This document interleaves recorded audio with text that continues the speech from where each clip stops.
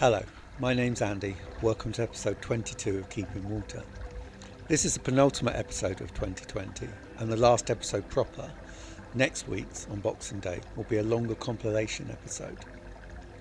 In this week's video, I'll be finally, as there are only a few of them left on the tree, clearing the garden completely of leaves and removing the netting over the pond. It's a fun job, as you can imagine, but worth it to better see the pond and fish again. There'll also be December's underwater watch, where I'll take a look at how the fish have been now the weather's got a little colder. I'd really appreciate a like if you enjoy this video, and subscribe if you don't want to miss future episodes. Many YouTubers have targets for subs, like 1,000 or 10,000. I've set myself the ambitious target of 50 by the time I hit 6 months, which will be episode 26. I'd appreciate your help in getting there, so please share videos and the channel in general, as it will help me reach a wider audience. Right, for the penultimate time in 2020, let's get started.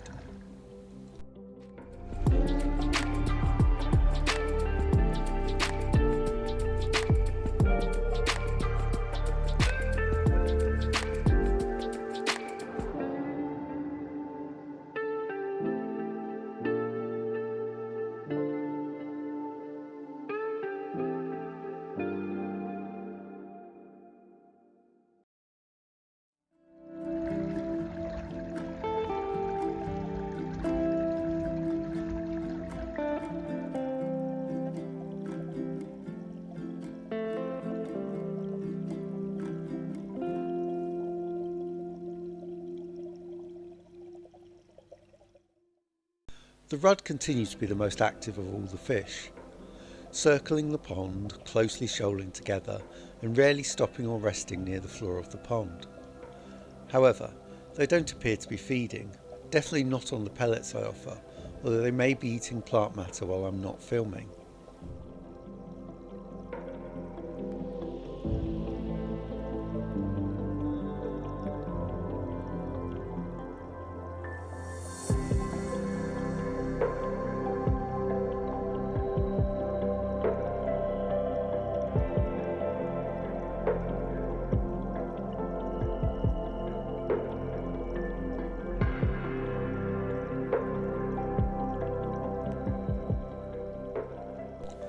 The temperature in the pond dropped over the last month, from an 8 to 9 degree average down to between 5 to 7 degrees.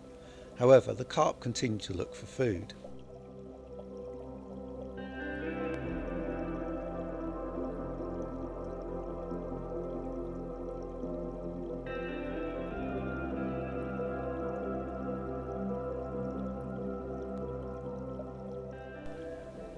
As I've discussed in the winter feeding updates, while they are looking for food, I continue to offer it, but feed less and only on an approximate weekly basis.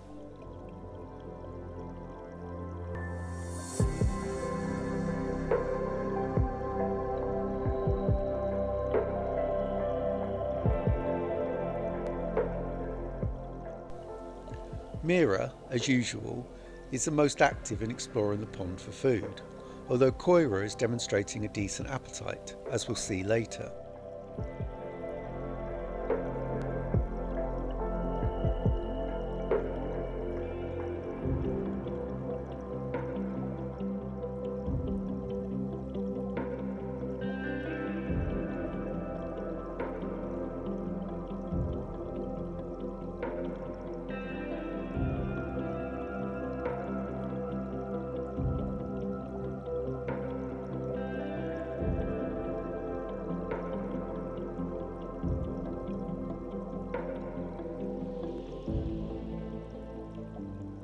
The tench, not so much. They're spending a lot of time cruising slowly and even just laying on the bottom as the water temperatures decrease. Even the introduction of pellets doesn't always trigger a response.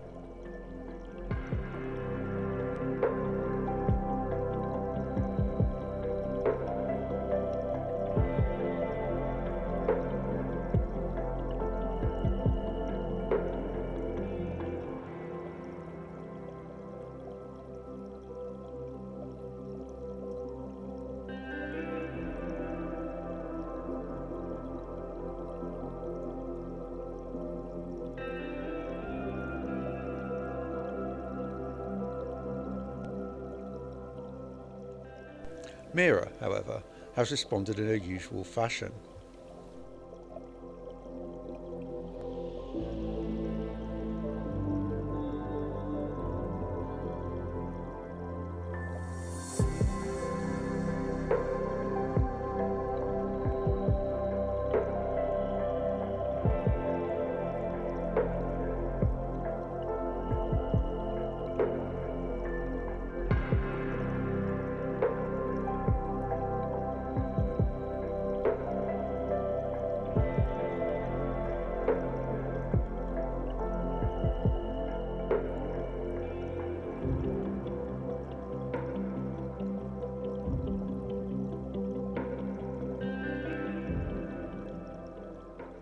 The tench have often just been laying on the bottom in the colder water, especially by the drop-off, which is their favourite resting place.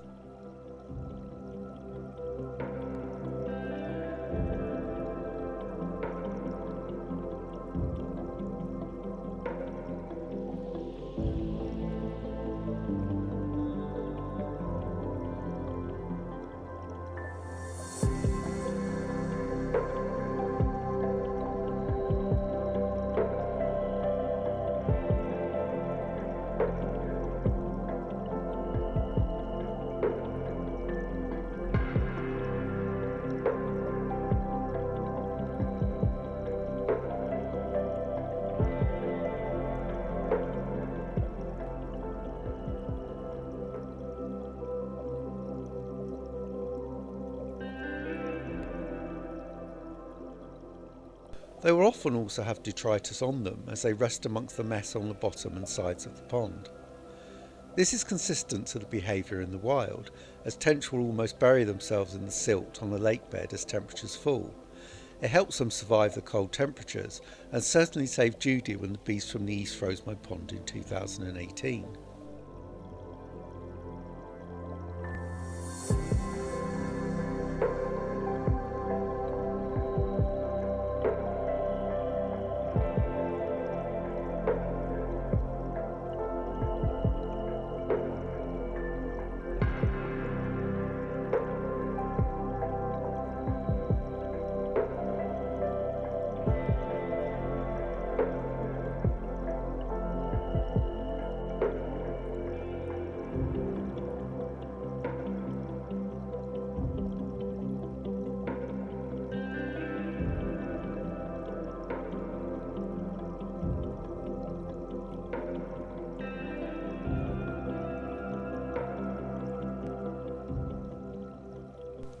Here's Judy finding a comfy spot to rest, even staying there as the other fish and the water flow push her around a bit.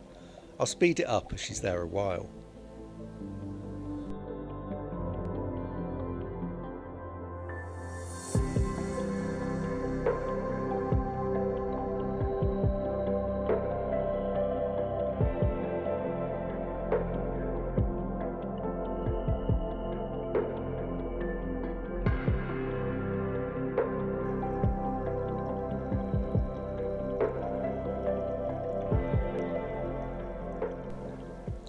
Anyway, as we saw earlier, Mira was straight on the pellets, with Koira not far behind. Orca, the male tench, was having a look, but not tempted.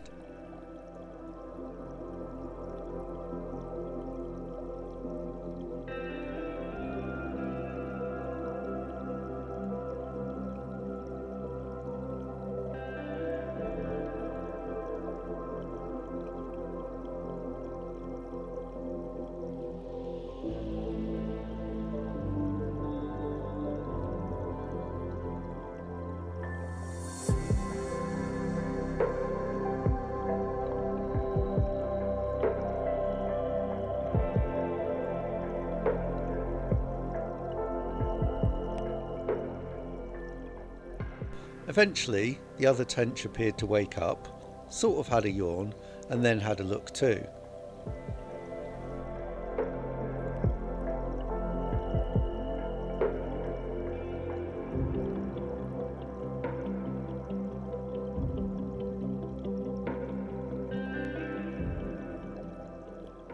However, the female tench here demonstrates how they fed throughout my filming in the last few weeks. They predominantly took in plant matter, with the odd pellet which would then be rejected. It appears that the pellets and possibly the behaviour of the other fish triggered a feeding response, but they didn't actually want to eat. And yes, they do eat the wheat germ pellets when they have the appetite, the male being the only one of the three to actually take in pellets in the last week.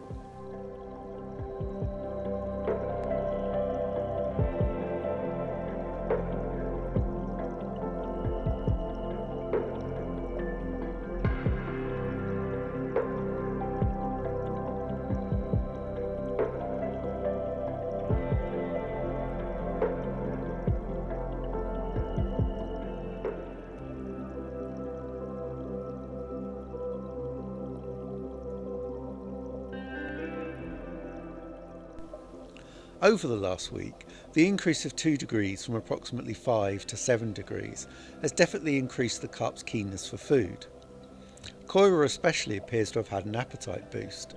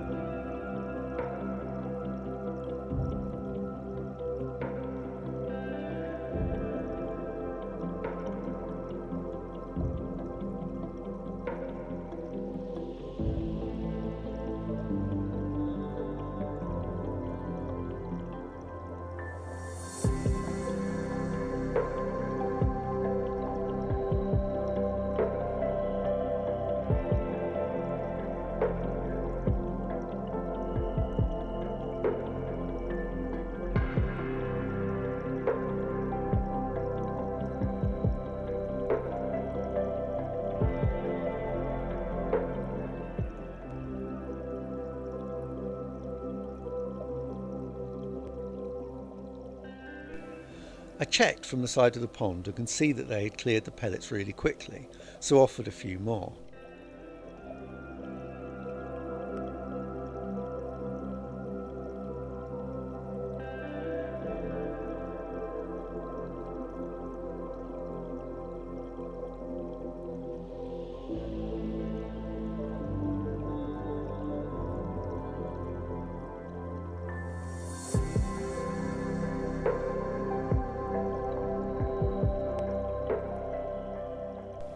In a first for my underwater filming, Koira was first to them.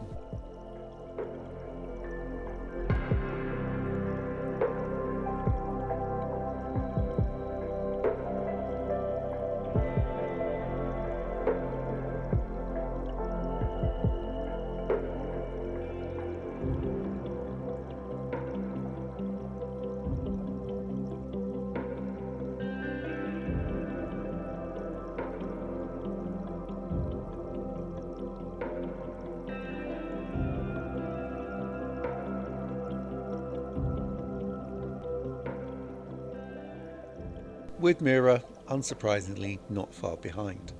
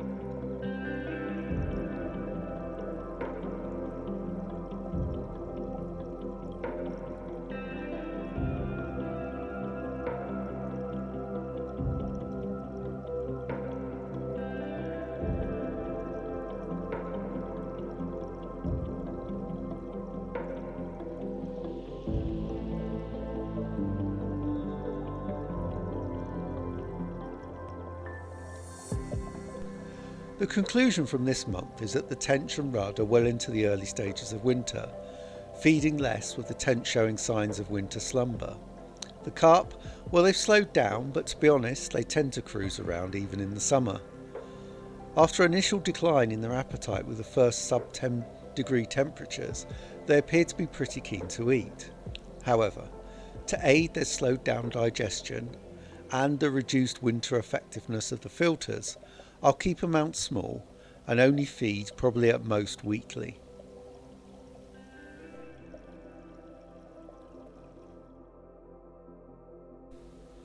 You may have seen in a previous episode that I cleared up a lot of leaves about halfway through autumn. Now that we're into winter and the vast majority of the leaves have fallen, it's time to clear up the leaves that remain around the garden. This isn't just because they're unsightly, which they are, but also they will mulch down into the pebbles that I don't want and will inevitably end up in the pond once I take the netting off, which I really don't want.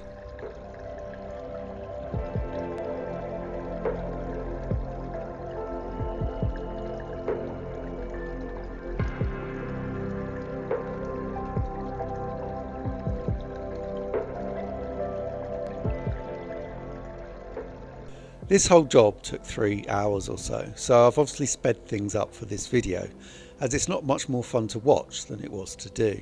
There's a number of ways of collecting the leaves, including sweeping them off the pebbles, picking them up with the leaf scoop, using a grabber, or picking them up by hand. However, with the recent rain, sweeping doesn't really work too well. The scoop picks up as many pebbles as it does leaves, and the grabber takes far too long. Therefore, the easiest option, although not particularly dignified, is to just sit down and pick them up by hand. I sit down, by the way, as my back doesn't take bending over for too long. It's an age thing.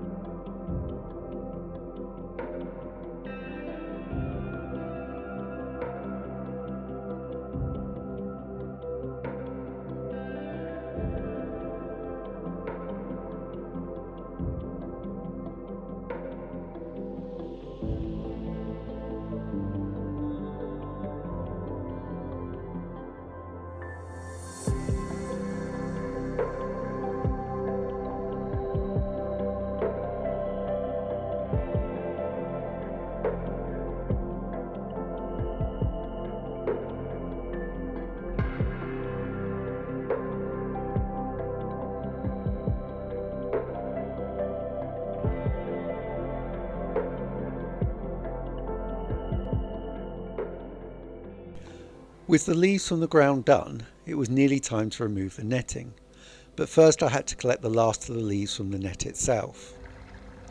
And with that done, I could finally get the netting off and see the pond properly again for the first time since I covered it on October the 18th.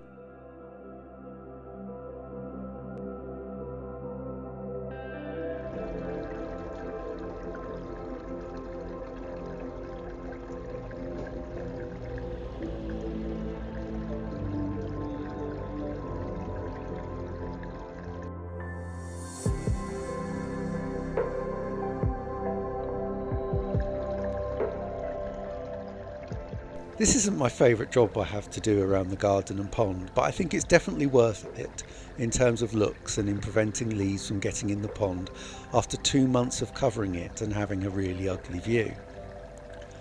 It's a necessary evil, although during my hard work picking up the leaves, I thought of a few ideas to make it easier next year. For instance, covering the pebbles with a weed membrane at the same time I cover the pond, which will make this clear up so much easier.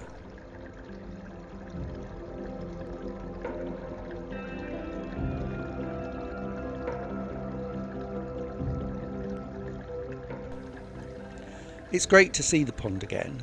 Now I can also see the plants. There's obviously a bit more cutting back I need to do, but far less than I've already done.